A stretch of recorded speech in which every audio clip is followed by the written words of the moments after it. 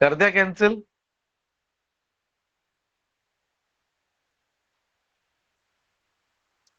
मुझे बोल देना कि सर आप, मैं चालू कर रहा हूँ तो मैं कर दूँ, करूँ अब? चल ठीक है। तो मेरी बात सुनो।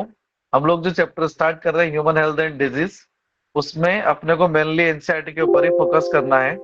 ठीक है। तो यहाँ पे अभी जो हमारे सामने जो एनसीईआरटी आ रही है, इस एनसीईआरटी में इसकी कुछ लाइनें लिखी हुई है। ठीक है। तो वापस से मैं क्या करता हूँ, स्क्रीन शेयर कर देता हूँ ताकि आप लोगों को क्या है, डायरेक्टली बुक से दिखाई दे। तो शायद अब तो वो आएगा नहीं, फिर से लेके आना पड़ेगा उसको। क्या है? Human health and disease. Human health and disease NCERT. ये देख। चलो भाई। तो मैं आप लोगों को क्या बता रहा हूँ यहाँ पे, इसने बोला है।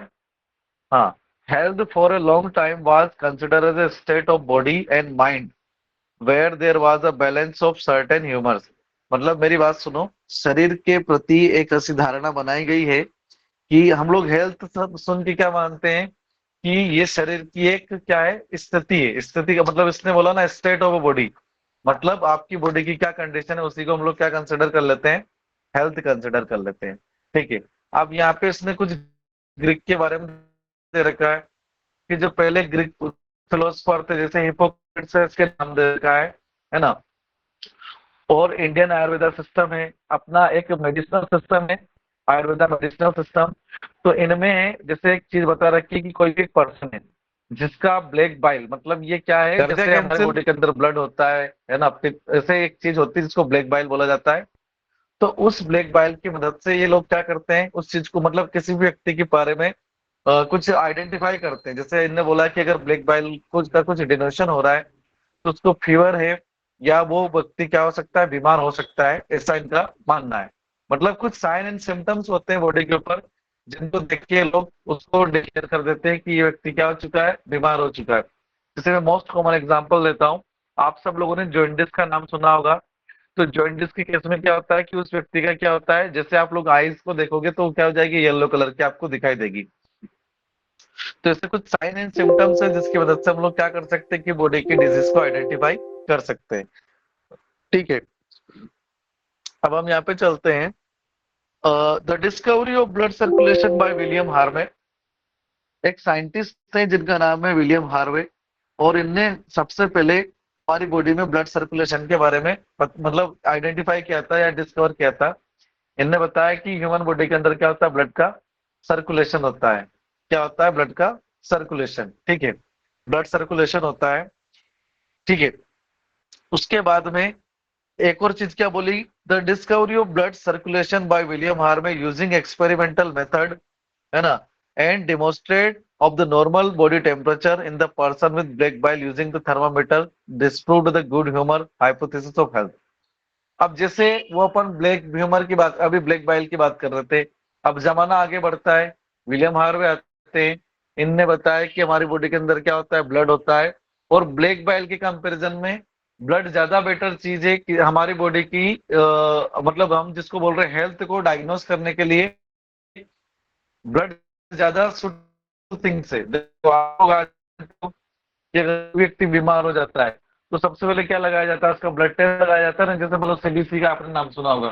कोई भी एक्स वाई जेड व्यक्ति है, कुछ भी बीमारी उसको हुई, डॉक्टर सबसे पहले क्या लिख देता है, सीबीसी लिख देता है। तो जैसे वो सीबीसी की जांच लिखता है, उसमें ब्लड के सारे कंपोनेंट्स की क्या हो जाती है, टेस्टिंग हो जाती है। और वो कंपोनेंट डिनोट कर देता है कि व्यक्ति बीमार कहाँ से है, उसको क्या प्रॉब्लम आ रही है, क्या हुआ है, या किस चीज की कमी हो रही है। तो ये हम लोग क्या कर सकते हैं, ब्लड के थ्रू उसको पूरा पता कर सकते हैं। तो उसने लिखा है, in the later year biology state that mind influence through neural system and endocrine system our immune system, that our immune system maintain our health. देखो भाई, अब आपको पता है ह्यूमन की बॉडी में कितने सिस्टम होते हैं, 11 सिस्टम होते हैं। उनमें से एक सिस्टम होता है जिसको हम लोग इम्यून सिस्टम बोलते हैं। या फिर आप लोग उसको एक और किस नाम से जान सकते हो, आप लोग उसको एक और किस नाम से जान सकते हो, इम्यून सिस्टम को एक और नाम से जाना जाता है लिम्फेटिक सिस्टम। कौन से सिस्टम के नाम से जाना जाता है, लिम्फेटिक सिस्टम। ठीक है। तो अब यहाँ पे बोल रहा है, क्या बोल रहा है, our immune system that our immune system maintain our health. हमारा इम्यून सिस्टम होता है जो हमारी हेल्थ को क्या करता है, मेंटेन करता है ना। Hence mind and mental state can affect our health. अब मेरी बात सुनो, ये बात यहाँ पे बहुत अच्छे से लिखी, मतलब बहुत अच्छे लिखी हुई है। Mind and mental state affect our health, मतलब हम लोग ऐसा मान सकते हैं कि आपका माइंड और आपकी हेल्थ, आपका माइंड और आपकी मेंटल हेल्थ, ये दोनों क्या कर सकते हैं, आपकी बॉडी को क्या कर सकते हैं, अफेक्टेड कर सकते हैं। क्या कर सकते हैं, अफेक्टेड कर सकते हैं। ठीक है। अब आगे वो क्या बोलता है, आगे वो बोलता है कि अगर हम लोग हेल्थ की बात करेंगे तो हेल्थ जो है वो कुछ चीजें होती है जो उसको क्या करते हैं, अफेक्टेड करते हैं। तो हेल्थ को अफेक्टेड करने वाला पहला रीजन क्या हो सकता है, तो बेटा आप लोग देखो पहला रीजन क्या है। तो हेल्थ को अफेक्टेड करने वाला पहला रीजन है हमारा जेनेटिक डिसऑर्डर। अब आप लोग बहुत अच्छे से जानते हो जेनेटिक डिसऑर्डर क्या होता है। जेनेटिक डिसऑर्डर का मतलब होता है ऐसी डिजीज जो हमें हमारे पेरेंट्स से मिलती है, किसके थ्रू, उनके क्रोमोसोम के थ्रू मिलती है। ठीक है। तो यहाँ पे लिखा है genetic disorder deficiency which a child is born and deficiency defect which the child inherit from parent from birth। Inherit का मतलब पेरेंट्स के द्वारा जो इनहेरिट हो रही है, मतलब पापा मम्मी के थ्रू क्या आ रही है, बच्चों में जा रही है, उस चीज को आप लोग क्या बोलोगे, जेनेटिक डिसऑर्डर बोलोगे। दूसरा उसने बोला है इन्फेक्शन। तो दूसरा अपन उसको इन्फेक्शन, अब आप लोग भी जानते हो इन्फेक्शन क्या है। हेल्थ को हम लोग दो हिस्सों में डिवाइड कर सकते हैं, जैसे कैसे, मतलब डिजीज जो होते हैं ना उनको दो तरीके से क्लास में अपन डिवाइडेड कर देते हैं, एक इन्फेक्शियस एक नॉन इन्फेक्शियस। आप लोग उसको अल्टरनेटिव ऐसा बोल सकते हो, है ना, कम्युनिकेबल और नॉन कम्युनिकेबल। तीसरा रीजन उसने बता रखा है कि हेल्थ क्यों खराब हो सकती है। Life style including food and water we take and rest exercise we give to our body habits that are.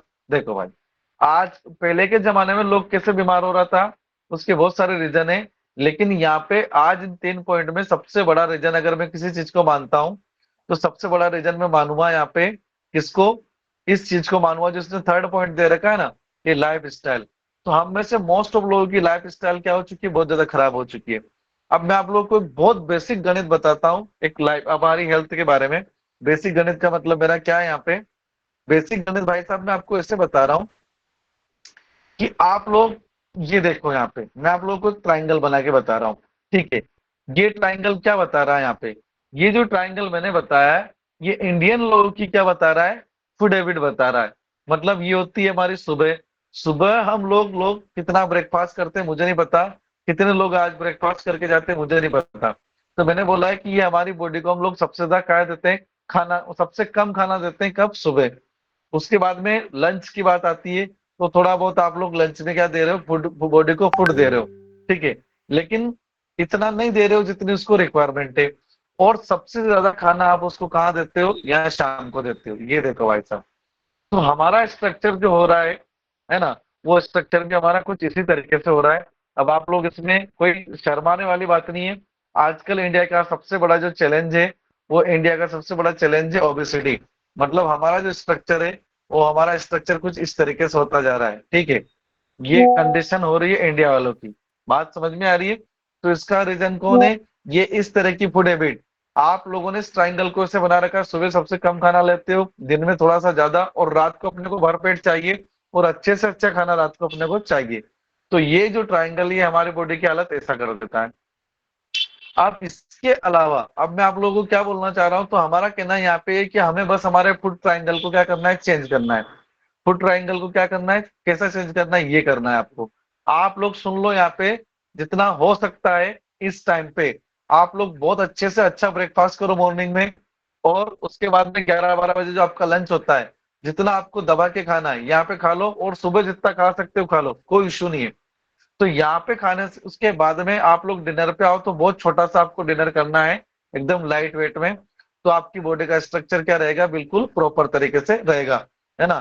जैसे मान लो इन्वर्टेड पियर शेप्ड, ये आपका body का स्ट्रक्चर होना चाहिए कुल मिला के। ऊपर से बड़े से ब्रॉड हो, और नीचे से आपकी बॉडी स्लिम एंड ड्रीम हो। अब वी शेप। हाँ, मैंने आपको ये समझा दिया। तो हम लोग की क्या है, इसने जो लिखा है ना यहाँ पे फूड लाइफ स्टाइल के बारे में लिखा है, मैंने इस पॉइंट को इतना ज्यादा इसलिए किया है कि हमारी फूड हैबिट क्या है, बहुत ज्यादा गलत है। हम लोग रात को भरपेट खाना खाते हैं, और उसके बाद में वाटर कंजप्शन अपना पूरा प्रॉपरली हो नहीं पाता है। उसके बाद में बॉडी रेस्ट में चली जाती है, वो उसका यूटिलाइजेशन कर नहीं पाती है। एक्सरसाइज जैसी नाम की यहाँ पे कोई चीज है नहीं, उसकी वजह से ओबेसिटी का सबसे बड़ा हम लोग फेस कर रहे हैं। एक और चीज भी जो मैं बहुत बेसिक तरीके से तुम लोग को बताना चाहता हूँ, हम लोग छोटी छोटी बातों पे यहाँ पे ध्यान नहीं देते हैं। जैसे क्या चीज पे ध्यान नहीं देते हैं, आप सब लोगों ने एक कहानी सुनी होगी, और वो कहानी ऐसी भाई साहब कि आपके माँ बाप या आपके टीचर्स ने कभी न कभी आपको एक लाइन बोली होगी। कौन सी बोली होगी? देखो मैं थोड़ा सामने आके बताता हूँ। हमें एक लाइन बोली होगी कि जब भी आप खाना खाओ तो एटलीस्ट उसको 32 बार चबाओ। ये लाइन कितने लोगों ने सुनी है? 32 टाइम्स चेव अ बाइट। आप कोई भी एक बाइट लेते हो तो उसको कितनी बार चबाना है? आपको 32 बार चबाना है। ये लाइन कितने लोगों ने सुनी है? संदीप ने सुना है, ठीक है। हाँ, तो अब मेरी बात सुनो यहाँ पे कि ये जो बात है अंकित ने सुना है। हाँ, मोस्टली हम लोग इंडियन सब लोग सुनते हैं, क्योंकि हमें इसको कहीं ना कहीं बताया जाता है। तो मैं आपको बता देता हूँ, ये इसलिए बोला जाता है। और आप लोग एक दूसरे तरीके से इस चीज को देखो। हम्म, दूसरे तरीके से क्या देखना है? एक दूसरे तरीके से इसको ऐसा देखा जाता है कि कुछ लोग बोलते हैं कि खाने पियो और पानी को खाओ। तो इसका मतलब यहाँ पे ये है कि जो खाना होता सर है, आवाज नहीं आ रही। खाना मतलब उसको इतना ज्यादा। 2 मिनट रुको, 2 मिनट।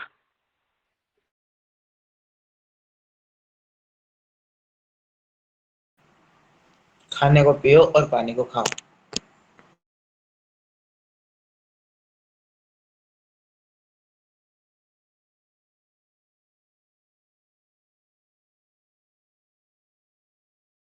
संदीप आज स्कूल गया तो?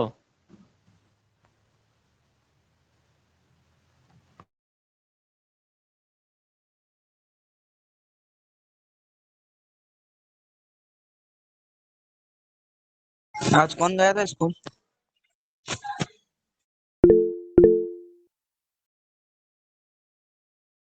हेलो। हाँ, वो तू मेरे नहीं घर से बार बार तू कॉल आ नहीं रहा था, गया? इसलिए दिक्कत हो रही थी। चलो भाई, सुनो सुनो सुनो। तो मैं आप लोगों को बोल रहा हूँ, देखिए ये यहाँ पे थोड़ा सा बुरा मानने की रिक्वायरमेंट नहीं, जो भी थोड़ा सा फैटी लोग हैं उन लोगों को मैं बता देता हूँ। आप लोग खाने को जितना ज्यादा चबाएंगे, आपकी हेल्थ दिनों दिन उतनी ज्यादा क्या होने लग जाएगी? मेंटेन होने लग जाएगी। आपको किसी जिम को ज्वाइन करने की रिक्वायरमेंट नहीं है, आपको किसी प्रोडक्ट को लेने की रिक्वायरमेंट नहीं है। सबसे बेस्ट तरीका है आप खाने को चबा चबा के खाओ। तो जितना बार आप किसी खाने को चबाओगे, स्वाभाविक सी बात है आपकी डाइट अपने आप क्या हो जाएगी? बैलेंस हो जाएगी। कैसे बैलेंस हो जाएगी? मान लो अगर आप 3 रोटी खा रहे हो, और 3 रोटी को हर बाइट को आपको 32 बार चबाना है। आज एक एक्सपेरिमेंट देखना। आज तुझे मैं एक एडवाइस कर रहा हूँ कि आज तुझे एक एक्सपेरिमेंट करना है। थाली में तू 3 रोटी रख, और 3 रोटी के हर बाइट को क्या करना है तुझे? 32 टाइम्स सेव करना है। कितने टाइम? 32 टाइम्स। तो तू समझ जाएगा कि तेरा जो है, ये मैक्सिला और मैंडिबल, ये ऑटोमेटिकली क्या करने लग जाएगा? दर्द करने लग जाएगा। और 32 टाइम्स तू सेव करेगा ना, तो तेरी जो 8 रोटी है, 5 रोटी है, 6 रोटी है, 2 रोटी है ना, वो सारी अपने आप क्या हो जाएगी? रिड्यूस हो जाएगी। और इतना लंबा टाइम हो जाएगा कि तुझे लगेगा कि बहुत हो गया, अब चलो छोड़ो। मतलब ब्रेन को एक अच्छा सा मैसेज जाएगा, और अजीब लगने लग जाता है। हाँ, जो भी कुछ है अजीब नहीं लगने लगता है। जब हम लोग उसको प्रॉपर चबाएंगे तो हमारा उसका जो मतलब कुल मिला के, हाँ, दिक्कत हमारे साथ में यही आ रही है, हम लोग खाना खा नहीं रहे, निगल रहे हैं। मोटापे का सबसे बड़ा कारण ये है। हमारी लाइफ इतनी ज्यादा बिगड़ गई कि हम लोग को जल्दी जल्दी उसका नगर पालिका में यही करना है। आप जितना ज्यादा सेव करोगे उतना ज्यादा प्रॉपर तक होगा। और तो बॉडी उसको क्या नहीं, अब बॉडी क्या करती है?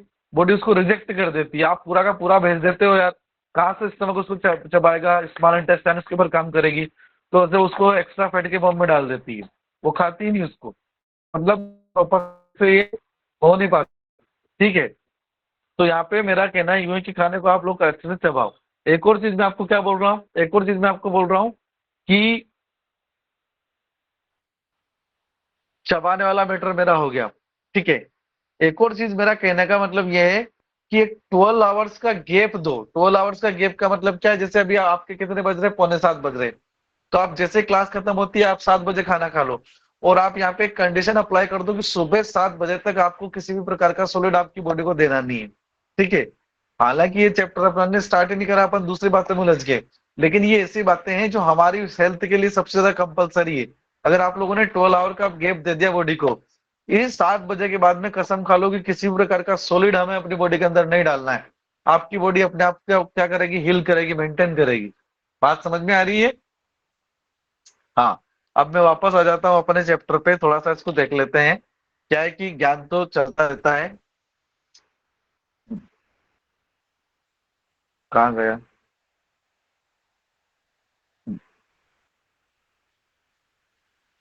चलो भाई। हम्म, चलो, यहाँ पे क्या लिखा हुआ है, हम लोग ये वाला पेज ओपन करते हैं। इसमें क्या लिखा हुआ है देखो आप यहाँ पे। The term health is very frequent and used by everybody. How do we define it? Health does not simply mean by absence of disease या मतलब हम लोग हेल्थ को बस ऐसा नहीं बोलेंगे कि हम लोग, हमारे शरीर में कोई भी बीमारी नहीं है ना, या फिजिकली फिट होना ही हेल्थ नहीं होती है। उसने ऐसा बोला है, it could be defined as a state of complete physical, mental, social well being, है ना। When peoples are healthy they are more efficient at work. अब देखो, अगर आप में से कोई व्यक्ति जिसको ऐसा लगता है कि हमारा देश अच्छा क्यों नहीं है, हम लोग हिंदुस्तान में रहने वाले हिंदुस्तान की बड़ी अच्छी सोच क्यों नहीं बना पाते हैं, तो देखो इसने कौन कौन से वर्ड यूज करे हैं। सबसे पहले उसने बोला है फिजिकल, मतलब it could be defined as a complete physical. Physical तो हो गया, चलो भाई, हम लोग फिजिकली फिट हो गए। Mental and social wellbeing.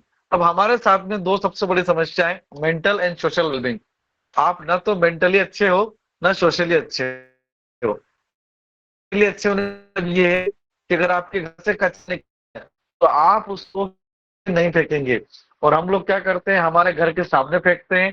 और अगर कोई बोल रहा है कि आपने घर के सामने क्यों फेंका, तो आप सीधा उससे क्या करने लग जाते हो, लड़ाई करने लग जाते हो कि मेरे घर के सामने फेंका है, तेरे को क्या लेना देना। ठीक है। तो और अब यहाँ पे सोशल वेलबींग के बारे में मैं आप लोगों से क्या बताऊं, अपना पूरा देश आपस में लड़ रहा है ना। कौन सी लड़ाइयाँ लड़ रहा है तुम लोग बहुत अच्छे से जानते हो। रिलीजियस लड़ाई चल रही है, धार्मिक और लड़ाई चल रही है, कास्टिज्म चल रहा है, कास्टिज्म चल रहा है। तो आप लोग, हाँ, इतनी सारी चीजें चल रही है। तो आप अपने आप को कैसे आप लोग हेल्दी बोलोगे मुझे नहीं पता। पर मेरे हिसाब से इंडिया की सबसे बड़ा चैलेंज ये है कि they are not socially wellbeing. हम लोग सोशली वेलबींग बिल्कुल भी नहीं है, है ना। तो उसकी वजह से अब देखो, अगर सारी चीजें होगी तो देश की प्रोडक्टिविटी बढ़ेगी, इकोनॉमी पावर बढ़ेगा, जो हमारा पास बढ़ ही नहीं रहा है क्योंकि हम लोग फोकट के चीजों में उलझे हुए हैं। आप लोग कोई सी भी सोशल मीडिया साइट को उठा के देख लो, उस पर क्या चलता रहता है, आप लोग बहुत अच्छे से इस चीज को समझ पाओगे। इसलिए आज इंडिया की इकोनॉमी कहाँ पड़ी है, आप लोग इसको ज्यादा बेटर तरीके से समझ सकते हो। हेल्थ आल्सो इंक्रीज, है ना, longevity of peoples and reduce infant and maternal mortality। अब ये तो आपको समझ में आ गया होगा। हेल्थ के हिसाब से मैटरनिटी मोर्टेलिटी, आप लोग जानते हो कोई भी फीमेल जो होती है जब उसकी डिलीवरी होती है तो मर जाती है, इन्फेंट भी क्या हो जाते हैं, मर जाते हैं। तो ये भी इसके लिए एक असेंशियल मुद्दा है कि हेल्दी अगर कंट्री होगी तो वहां पे सारी चीजें फेस नहीं करनी पड़ेगी। उसके बाद में उसने यहाँ पे दूसरा पॉइंट ले रखा है, balance diet, personal hygiene, regular exercise are very important to maintain good health. तो अभी अपन लोग डाइट के ऊपर काफी सारी बात कर चुके हैं। पर्सनल हाइजीन के ऊपर मैं आपसे लोगों से बात करूं तो भैया मेरा यूं कहना है कि आप लोग, पर्सनल हाइजीन का मतलब होता है कि अपने आप की सफाई करना। तो आप लोग रोज सुबह ब्रश करो, आपके स्किन को क्लीन करो, है ना। उसके बाद में आपके जो सेंसिटिव रीजन है बॉडी के अंदर, उनकी क्लीनिंग तुम्हें अच्छे से करना है ताकि कोई भी चीजों को आपको फेस ना करना पड़े। पर्सनल हाइजीन में बहुत सारा आता है। अब जैसे अपन मैं गर्ल्स की बात करूं तो उनके मेंस्ट्रुअल साइकिल, है ना, तो मेंस्ट्रुअल साइकिल है, उसको प्रॉपर क्लीनिंगनेस भी एक टाइम में आ जाता है, पर्सनल हाइजीन में आ जाता है। रही बात रेगुलर एक्सरसाइज की, वो अगर आप स्कूल जाते हो तो एक लेक्चर गेम्स का आपका होता है जो 12th क्लास में आने के बाद में आपका बंद हो जाता है। वो बंद नहीं होना चाहिए, वो लगना चाहिए। ठीक है, ताकि कम से कम आप थोड़ी बहुत एक्सरसाइज तो यहाँ पे करो।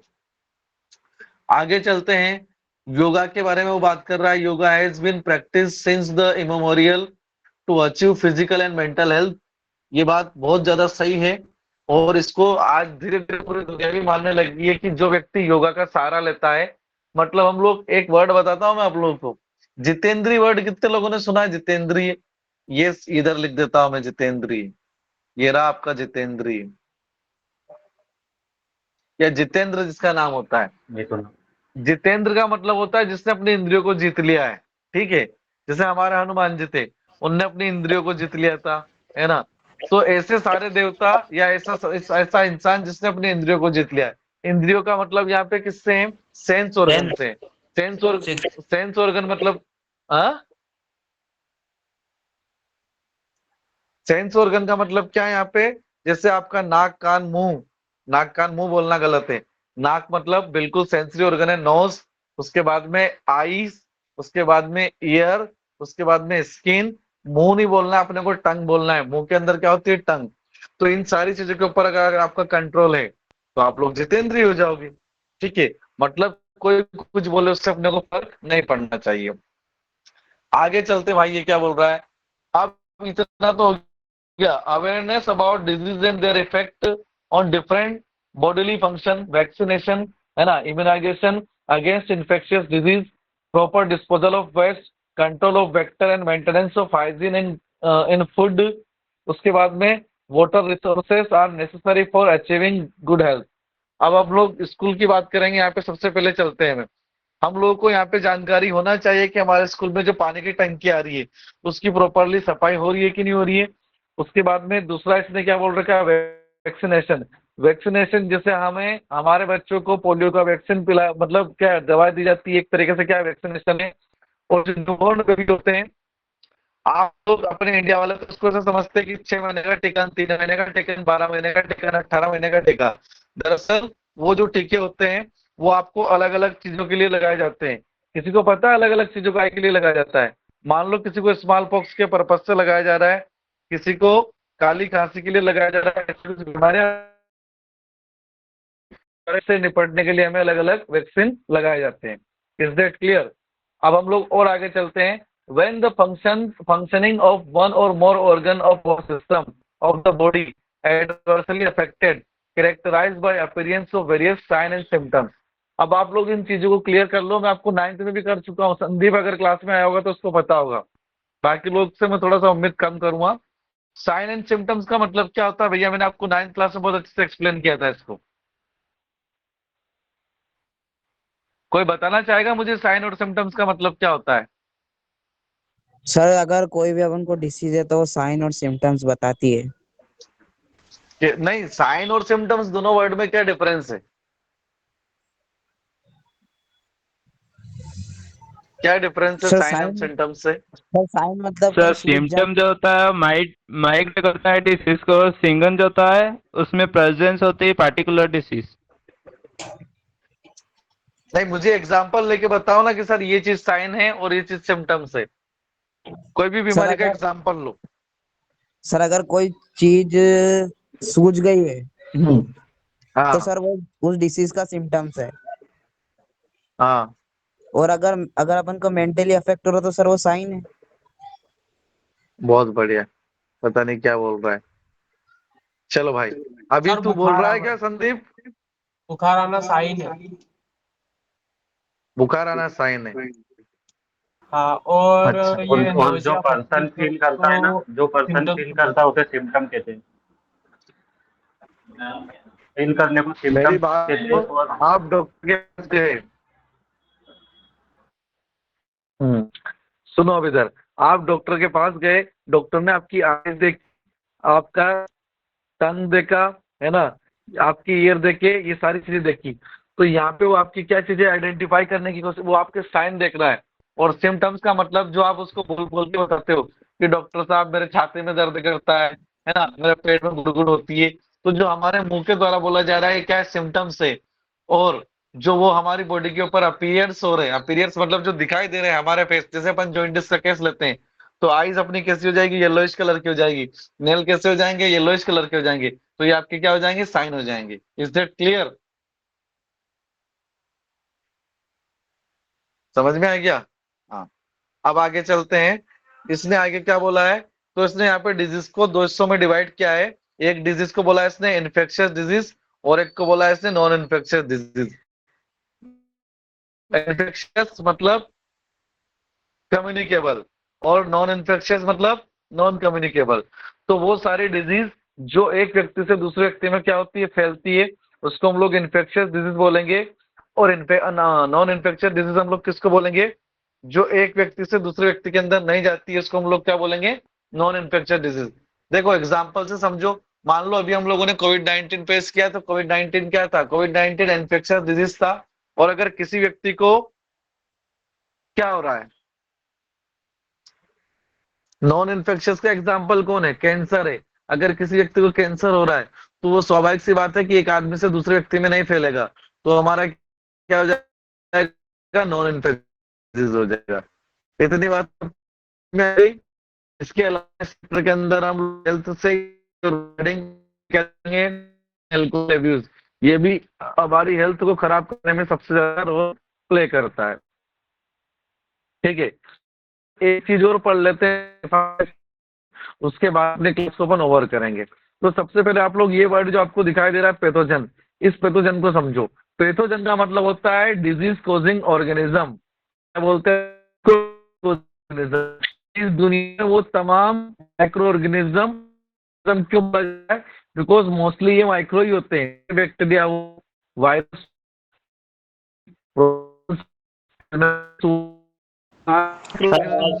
ये ह्यूमन हेल्थ को क्या करते हैं? अफेक्ट करते हैं। हाँ, आवाज नहीं आ रही। क्या बोल रहे हो बेटा? आवाज नहीं आ रही आपकी। ओके, अभी आ रही है कि नहीं आ रही है? आ रही है अब। कंटिन्यू करूँ कि रुको? आ रही है, चलो। तो मैं आप लोगों को बोल रहा हूँ, ये देखो यहाँ पे मैं बोल रहा हूँ कि जो पैथोजन होते हैं वो बैक्टीरिया, वायरस, फंगाई, प्रोटोजोआंस, हेलमिंथिस, ये सारे जो होते हैं माइक्रो ऑर्गेनिज्म बोला जाता है इनको, बैक्टीरिया, वायरस, फंगाई। और इन सबसे क्या होती है? डिजीज होती है। तो जो जो डिजीज कॉजिंग माइक्रो ऑर्गेनिज्म होते हैं या डिजीज कॉजिंग ऑर्गेनिज्म जो होते हैं, उनको क्या बोला जाता है? उनको बोला जाता है पैथोजेंस। क्या बोला जाता है इनको? पैथोजेंस। दिखाई दे रहा है पैथोजन? ठीक है, हाँ, उनको बोला जाता है पैथोजेंस। हाँ, और मोस्टली पैथोजेंस क्या होते हैं? पैरासाइट होते हैं। पैरासाइट का मतलब क्या होता है? जो हमारी बॉडी के ऊपर क्या करते हैं? डिपेंड करते हैं। ये देखो, most parasites are therefore pathogens, they can cause harm to the host by living or them. मतलब ये सारे क्या है? माइक्रो ऑर्गेनिज्म है, या आप लोग इनको क्या बोल सकते हो? ऑर्गेनिज्म। कौन से ऑर्गेनिज्म? Disease causing organism. मतलब इनसे क्या हो रही है? बीमारी हो रही है। और इनमें से मेनली क्या होते हैं? पैरासाइट्स होते हैं। कैसे पैरासाइट्स होते हैं? ये सम कुछ तो ऐसे होंगे जो एक्टोपैरासाइट होंगे, और कुछ ऐसे होंगे जो एंडोपैरासाइट होते हैं। पर जब हम लोग डिजीज की बात करेंगे तो मोस्टली कैसे होते हैं? एंडोपैरासाइट होते हैं। जैसे मेरी बात सुनो, मैं एक मोस्ट कॉमन एग्जांपल आपको देता हूँ। मान लो कि यहाँ पे बैक्टीरिया की बात बोली गई है, तो बैक्टीरिया में हम लोग टीबी का एग्जांपल लेते हैं, ट्यूबरकुलोसिस। तो ये बैक्टीरिया क्या करता है? बॉडी के अंदर जाने के बाद में बॉडी को हालत खराब करता है। हम लोग अगर इसकी बात करेंगे मलेरिया की, तो उसमें क्या होता है? प्रोटोजोन्स होता है। कौन सा प्रोटोजोन्स होता है? प्लाज्मोडियम। अब प्लाज्मोडियम क्या करता है? जब तक बॉडी के अंदर नहीं जाता है वो अपने साइन, मतलब वो उससे डिजीज हमने नहीं हो रही है, तो एंडोपैरासाइट है। तो मोस्टली ये जो होते हैं कौन होते हैं? पैथोजेंस। ये क्या होते हैं बेटा? ये एंडोपैरासाइट्स होते हैं। बट सारे एंडोपैरासाइट हो ऐसा जरूरी नहीं है, कुछ एक्टोपैरासाइट भी होते हैं। जैसे फंगस है, ये फंगस क्या है? एक्टोपैरासाइट है। बॉडी के ऊपर हमें क्या होती है? दाद, जिसको अपन लोग रिंगवर्म बोलते हैं, खाज, खुजली। तो ये कौन कर रहा है? हमारा फंगाई कर रहा है। तो ये कौन सा पैरासाइट हो गया आपका? एक्टोपैरासाइट। तो हम लोगों ने पैरासाइट को कितनी क्लास में डिवाइड किया? दो क्लास में डिवाइड किया है ना। एक तो हो जाएंगे आपके एक्टोपैरासाइट, और एक हो जाएंगे आपके endoparasite. Is that clear? Clear. Okay, चलो अब हम लोग आगे बात करते हैं। आगे हम लोग किसकी बात कर रहे हैं? यहाँ पे एक डिजीज ली है, उस डिजीज को अपन लोग देखते हैं। ठीक है, कौन सी डिजीज ली है लोगों ने? उससे पहले मैं थोड़ा सा और एनसीईआरटी ने क्या लिखा है वो बता देता हूँ। Most parasite are therefore pathogens as they cause harm to the host body. ये भी मैंने आपको बताया। होस्ट यहाँ पे कौन है? हम लोग हैं। Either human beings, either plant, जिसके ऊपर वो कोई भी पैरासाइट आके रह रहा है वो क्या हो जाएगा? उसका होस्ट हो जाएगा। तो वो क्या करते हैं? हमारी बॉडी की जो नॉर्मल एक्टिविटी है उसको क्या कर देते हैं? अफेक्टेड कर देते हैं। ये देखो यहाँ पे लिखा हुआ है, दे अफेक्टेड और normal vital activities resulting in the morphological and functional damage. तो उससे क्या होता है? हमारी बॉडी के अंदर मार्फोलॉजिकल और फंक्शनल डैमेज आ जाते हैं। ये देखो यहाँ पे। ठीक है, इसी का इस्तेमाल कर लेते हैं अपन। ओके, कहाँ गया वो? ये देखो, ठीक है।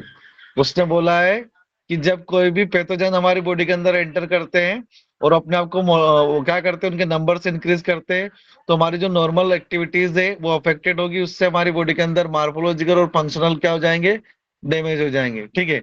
Pathogens have to adapt life within the environment to the environment of the host. For example, pathogens that enter in the gut must know where to survive in the stomach at low pH and resulting to various digestive and various digestive enzyme. मतलब वो जाके हमारी body के अंदर क्या करते हैं, ये देखो यहाँ पे क्या लिखा हुआ है, pathogen that enter the gut must know a way surviving the stomach. मतलब जो पैथोजन्स हमारी बॉडी के अंदर जाते हैं वो यूं मान के चलो, आप लोग रेजिस्टेंस बोल सकते हो, रेजिस्टेंस होते हैं या उनको सर्वाइव करना पता है कि इसकी बॉडी के अंदर हम लोग कैसे अपने आप को सर्वाइव करेंगे। पीएच जैसे उसने बताया, पोटेंशियल ऑफ हाइड्रोजन। ठीक है। ऐसी चीजें वो अपने को यहाँ पे डिस्कस करना चाहता है। अब हम लोग यहाँ पे एक बीमारी पढ़ रहे हैं जिसका नाम है टाइफाइड। क्या नाम है? टाइफाइड। ये देखो भाई, टाइफाइड मोस्ट कॉमन डिजीज है, मतलब इंसानों के अंदर जनरली होती है। सब लोगों को लाइफ में एक आध बार तो टाइफाइड होता ही है, एक आध बार क्या बहुत बार हो जाता है। तो ये किसके थ्रू होता है? एक बैक्टीरिया होता है जिसका नाम क्या होता है? Salmonella typhi. मिल गया सबको साल्मोनेला टाइफी? तो ये साल्मोनेला टाइफी नाम का जो बैक्टीरिया होता है इसकी वजह से होता है। और इसमें क्या होता है बेटा, ये जनरली हमारे कौन से पार्ट को मतलब अफेक्टेड करता है? देखो यहाँ पे लिखा है, those pathogen generally enter the small intestine. कहाँ पे जा रहा है ये? हमारे स्मॉल इंटेस्टाइन में जा रहा है। और किसके थ्रू जा रहा है? या तो फूड के थ्रू जा रहा है या वाटर कंटामिनेशन के थ्रू जा रहा है। ये दो चीजें जिसके थ्रू हमारी बॉडी के अंदर क्या हो सकता है, माइग्रेट कर जाता है, चला जाता है। अब इसके जाने से, इस बैक्टीरिया के बॉडी के अंदर जाने से हमें सबसे पहली शुरुआत होती है हाई फीवर। हमें 39 से लेकर 40 डिग्री सेल्सियस तक का बुखार आता है, हमारे वीकनेस हो जाते हैं, है ना। वीकनेस के अलावा आप लोग देखो, स्टमक पेन आपको होगा, कॉन्स्टिपेशन आपको होगा, हेडेक आपको हो रहा है, और सबसे मेनली क्या हो जाता है, लॉस ऑफ एपेटाइट। मतलब उस व्यक्ति को भूख लगना क्या हो जाती है, बंद हो जाती है। बात समझ में आ रही है बेटा? ये इसके क्या है, सब साइन एंड सिम्टम्स है ना। उसके Yes, बाद में yes, sir. Intestinal perforation and death में अकर इन सेवियर केस। अगर इसका टाइम से इलाज नहीं कराया जाए तो डेथ हो जाती है। हालांकि हम लोग इतने जागरूक तो हैं कि जनरली अभी तक तो किसी की डेथ हुई नहीं है। कारण क्या है कि हम लोग इतने जागरूक हैं, थोड़ा सा अपन टेस्ट वेस्ट करा लेते हैं। अब आप कोई मुझे बताएगा कि टाइफाइड के केस में कौन सा टेस्ट लगाया जाता है? अगर आप लोग डॉक्टर के पास जा रहे हो तो डॉक्टर कौन सा टेस्ट लिखेगा आपको? डॉक्टर लिखेगा आपको वाइडल टेस्ट। कौन सा टेस्ट लिखेगा? वाइडल। ये देखो, विडाल, नॉट वाइडल, सॉरी, मैं इसको बोला जाता है विडाल टेस्ट। क्या बोला जाता है इसको? Widal test. ये देखो, मिल गया सबको? सबसे आगे लिखा हुआ है। विडाल टेस्ट काय के लिए लगाया जाता है? टाइफाइड के लिए लगाया जाता है। ठीक है। और इसके सिम्टम्स मैंने आपको बता दिए। अब इसकी एक छोटी सी कहानी ये दे रखी है कि सबसे पहले इसके बारे में हमें कहाँ पता चला था। एक लेडी थी जिसका नाम था मैरी मेलन। क्या नाम था उस लेडी का? Mary Mallon. ये देखो यहाँ पे मैं आपको बताता हूँ कहाँ लिखा हुआ है। ये मैरी मेलन का नाम दिख गया? तो ये मैरी मेलन लेडी जो थी, हाँ, एक्चुअली क्या करती थी, खाना प्रिपेयर करती थी। ये कुक थी, कुक, प्रोफेशनल कुक थी। तो ये जिस होटल में या जिस रेस्टोरेंट में इसने कुकिंग करी, वहां पे सारे लोग जो इसके हाथ का खाना खा के जा रहे थे वो सब क्या हो गए, इससे इन्फेक्टेड हो गए। अब कैसे इन्फेक्टेड हो गए? मान लो ये उससे इन्फेक्टेड है, टाइफाइड इसको हुआ। अब ये वहां पे क्या कर रही है, खाना बना रही है। तो ये वहां पे छींकने खांसने का कुछ तो काम कर रही थी। तो उसने पहले बोला कि फूड कंटामिनेशन के थ्रू क्या हो सकता है, स्प्रेड आउट हो सकता है। तो वो वहां पे खाना बनाती थी, मान लो उसने छीका, स्नीजिंग किया, तो फूड पार्टिकल्स कहाँ चले जाएंगे, फूड में मतलब उसके वो बैक्टीरिया कहाँ चले जाएंगे, फूड के थ्रू हमारी बॉडी में एंटर हो जाएंगे, तो हम भी क्या हो जाएंगे, अफेक्टेड हो जाएंगे। तो कुछ ऐसे केस हुए हैं जिसके मतलब जो भी लोग इसके हाथ का खाना खा खा के जा रहे थे वो सारे लोग बीमार हो रहे थे। तो बाद में इसको क्या नाम दे दिया गया? इसको नाम दे दिया गया टाइफाइड मेरी। इस औरत का नाम ही टाइफाइड मेरी कर दिया था क्योंकि इसने वहां पे जहां पे भी ये रहती थी वहां के बहुत सारे लोगों को क्या कर दिया था, इसने इन्फेक्टेड कर दिया था। तो ये फर्स्ट केस था हमारे टाइफाइड का। इसमें तुम्हें कोई डाउट, मतलब इसमें देखो, इसमें कोई चीजें इतनी भयंकर वाली नहीं है। भयंकर वाली का मतलब यहाँ पे मेरा कहना का मतलब ये टफ चीजें नहीं है ना। तो आप लोग इसको इजीली समझ रहे हो ना, कोई तकलीफ तो नहीं आ रही आपको? No sir. रही बात इसके नहीं नोट्स आ रही। प्रोवाइड करने की, तो नोट्स में आपको हाँ, आराम से ये चीज तो क्या, ये चैप्टर तो क्या आसानी से समझ में जाएगा, इसके नोट्स के तो मैं आपको प्रोवाइड कर दूंगा, इतना बहुत है आज के लिए। बाकी अपन इसको 2-3 दिन ठीक में है सर। चैप्टर पूरा कर देंगे, ज्यादा बड़ा चैप्टर नहीं। ओके बेटा, थैंक यू।